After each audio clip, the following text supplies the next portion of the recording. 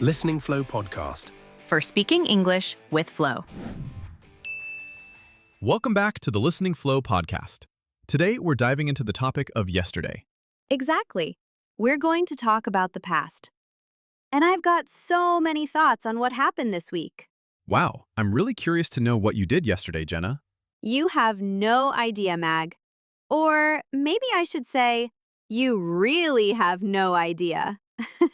Oh my God. And if you're like me and you hate talking about the past in English, stay with us and don't forget to leave a like, because today we're going to talk about yesterday. I'm Mag. And I'm Jenna. So, Mag, why do you hate talking about the past in English? It can be pretty simple. Actually, sometimes it blew my mind. When I started learning English, I thought talking about yesterday would be easy. But then I realized there are so many ways to talk about the past. Unfortunately. By the way, it blew my mind is a great expression. It means something surprised you a lot or made you think in a completely different way. Exactly. That's how I felt when I started learning how to talk about the past in English. I know, Mag. But how do we talk about yesterday in English? How do we do it correctly? Because yesterday is still fresh. But when it's time to talk about it, it feels like our minds become a browser with too many tabs open. That's true, Jenna. I woke up, I got up, had breakfast, went to work. I was, I did, ing or not. So many tabs in our minds. Oh, yes. But now we're going to learn how to talk about the past like a little story. A little story. I like that already. It sounds much easier than trying to remember 100 grammar rules. Exactly. Because when people talk about yesterday, they usually tell a story. They don't think about grammar first. They think about what happened. That makes sense. When I talk in Portuguese, my native language, I don't think about grammar. I just tell the story. Right. And that's what we want to help you do today. Talk about yesterday naturally and confidently. So, Jenna, let me ask you something. How was your yesterday? Actually, it was pretty eventful. Oh, that's a great word already. So, when you say your day was eventful, you mean that more things happened than you thought would happen that day. Yes, absolutely. Eventful is definitely the perfect word to describe my day. So, what happened? Well, I thought it was going to be a quiet day. You know, answer a few emails, finish some work, maybe go for a walk. But it turned out to be much busier than I expected. First, I helped my sister do some shopping for her mother-in-law. Then, I had to take my mom's computer to a repair shop because it wasn't working properly. When I finally got home that evening, I was exhausted. Wow, that really sounds like a busy day. And I like the word exhausted. It's much stronger than just saying tired, right? Exactly. If you're exhausted, you're extremely tired. You have very little energy left.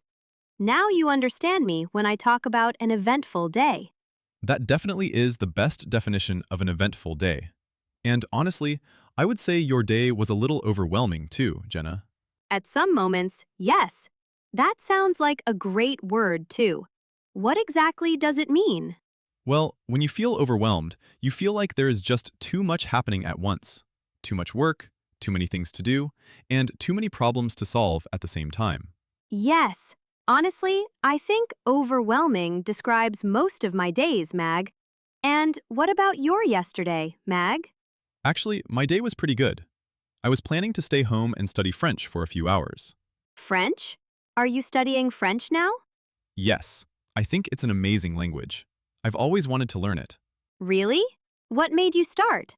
Well, a few years ago, I visited France. And let's just say it was an interesting experience. Uh-oh, that doesn't sound promising. Well, it wasn't a disaster. Really? Honestly, most of the French people I met didn't seem very interested in speaking English. And my French vocabulary was extremely limited. Let me guess. You knew one word? Exactly. Bonjour. That was basically my entire French vocabulary. Okay, now it all makes sense. That's why you're learning French. But let's go back to yesterday. Did you actually manage to study? Well, that was the plan. I wanted to spend a couple of hours studying French after work, but things didn't exactly go according to plan. Uh-oh, what happened? Something came up. Wait, that's a useful expression. It really is. If something comes up, it means something unexpected happens and changes your plans. Exactly. So, what came up, Mag? One of my friends called me and asked if I could help him move a few things to his new apartment. He said it would only take 30 minutes. Let me guess. It did not take 30 minutes. Not even close. 3 hours later, I was still carrying boxes. That's a classic mistake. Whenever someone says it will only take 30 minutes, it usually means much longer. That's true. But in the end, everything worked out fine. Worked out is another great expression. When something works out, it means the final result is good, even if things don't go exactly as planned. So, even though you didn't study French, helping your friend worked out well. Yes, I didn't manage to study, but I helped a friend, got some exercise, and we had a good time. So I would say it was a worthwhile day. Wow, Mag, you really woke up inspired today. Worthwhile, too? See, I'm full of new vocabulary today. When I say worthwhile, I mean that something was worth my time, effort, or energy. Even though the day didn't go exactly as planned, I still felt good about it. Exactly, Mag. So, I think that's a great example for our listeners. When people talk about yesterday, they often focus only on actions. I woke up. I went to work. I came home. But that's only part of the story. The interesting part is what happened in between. That's true. If I only said I helped a friend move some boxes, the story would sound pretty boring. Exactly. What makes a story interesting is how you felt about it. Were you surprised? Were you exhausted? Was it worthwhile? Those details make your English sound much more natural.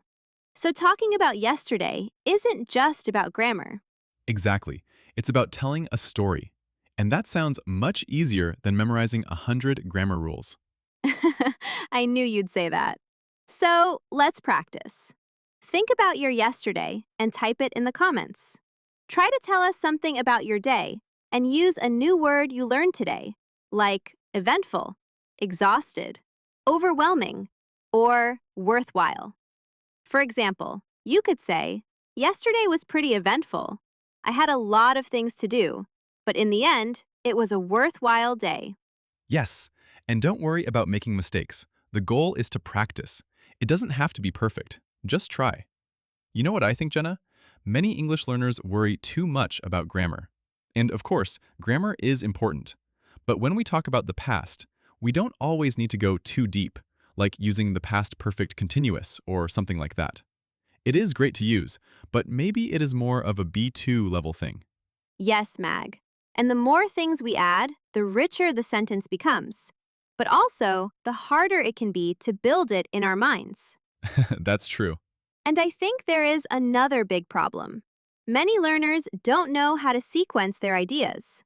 For example, they say, I woke up, after I brushed my teeth, after I washed my face, after I had breakfast. It sounds very stiff. Yes, it sounds like a list, not a story. Exactly.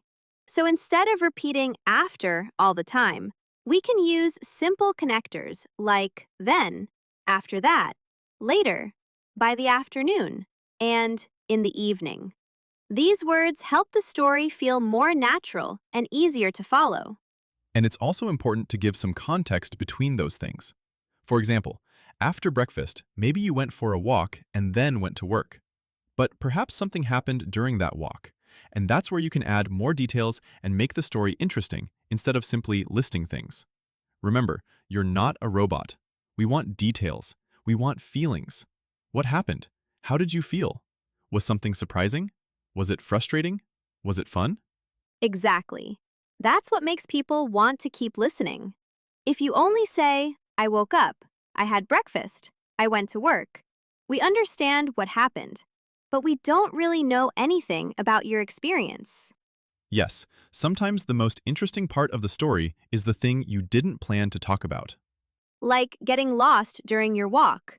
meeting someone unexpectedly, or realizing you forgot your keys at home. Exactly. Like our friend Jenna, who is always forgetting her house keys and has to go back home to get them. See, now that's a story. Not I went to work, but I went to work, realized I forgot my keys, turned around, went back home, and ended up being late. Okay, first of all, that happened one time. One time this week? We are moving on. Well, by the way, ended up fit perfectly into that sentence. That's true. Ended up is a great expression when the final result is different from what you originally planned. In my case, I planned to go straight to work, but I ended up going back home because I forgot my keys. That was just an example, right? That never happens to you. Okay, let's change the subject. Honestly, I think that's the biggest lesson from today's episode. When you talk about yesterday, don't worry too much about making everything perfect. Exactly. Focus on telling the story. Tell us what happened, how you felt, and why that moment was important to you. That's what storytelling is all about. Maybe your day was eventful. Maybe it was overwhelming. Maybe it was quiet. Or maybe nothing major happened at all. And that's okay, because every yesterday has a story. Sometimes it's a big story. Sometimes it's a small one. Exactly. The important thing is learning how to share it. So take a moment and think about your yesterday. What happened? How did you feel? And what would you say about it in English? And don't forget to write a comment below. We'd love to read your story. And don't forget your keys before you leave for work tomorrow. Bye, Mag. Thank you for spending this time with us, guys. If you enjoyed this episode, don't forget to like this video and subscribe to the Listening Flow podcast. It really helps us create more episodes like this for you. Keep listening Keep practicing. and keep turning your everyday life into real English. We'll see you in the next episode of the Listening Flow podcast. Bye, everyone. Goodbye.